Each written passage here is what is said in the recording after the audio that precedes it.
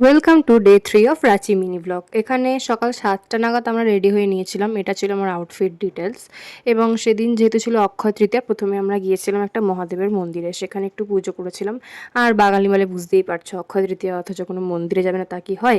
সেখান থেকে আমরা গিয়েছিলাম লোধ ফলসের উদ্দেশ্যে। নেতারহাট থেকে লোধ ফলসের ডিস্টেন্সটা একটু বেশি ছিল, কিন্তু চারিদিকে যা সুন্দর গাছপালা আর চার্চ ছিল খুব সুন্দর একটা, ওগুলো দেখতে দেখতে আমাদের বেশ ভালোই কেটেছিল ডিস্টেন্সটা।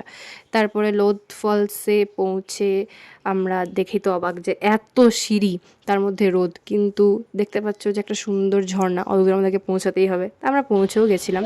ওখানে গিয়ে যে একটা কি সুন্দর শান্তি হচ্ছিল, আর চারিদিকে ঝর্ণার আওয়াজটা তো মনটা একদম ভরে যাচ্ছিল। ঝর্ণার একটা খুব সুন্দর আওয়াজ হচ্ছিলো। আমরা চারিদিকে ছবি টবি তুললাম, দেখলাম। আর রোদ ছিল যেহেতু প্রচণ্ড, কিন্তু যেহেতু ঝর্ণার জল তো অতটা রোদ গায়ে মনে হচ্ছিল না। তারপর আমরা লোধ ফলস থেকে বেরিয়ে চলে এসেছিলাম। তারপর গেছিলাম সুগা ড্যাম্প।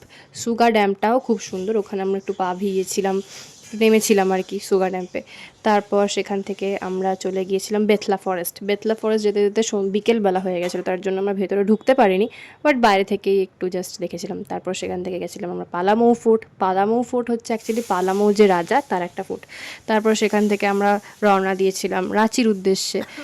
তারপরে যদি সেদিন ছিল বাবার বার্থডে, রাতে বার্থডে সেলিব্রেশন করে আমরা কাটিয়েছিলাম। বাই বাই, ভালো লাগলে সাবস্ক্রাইব করে দিও।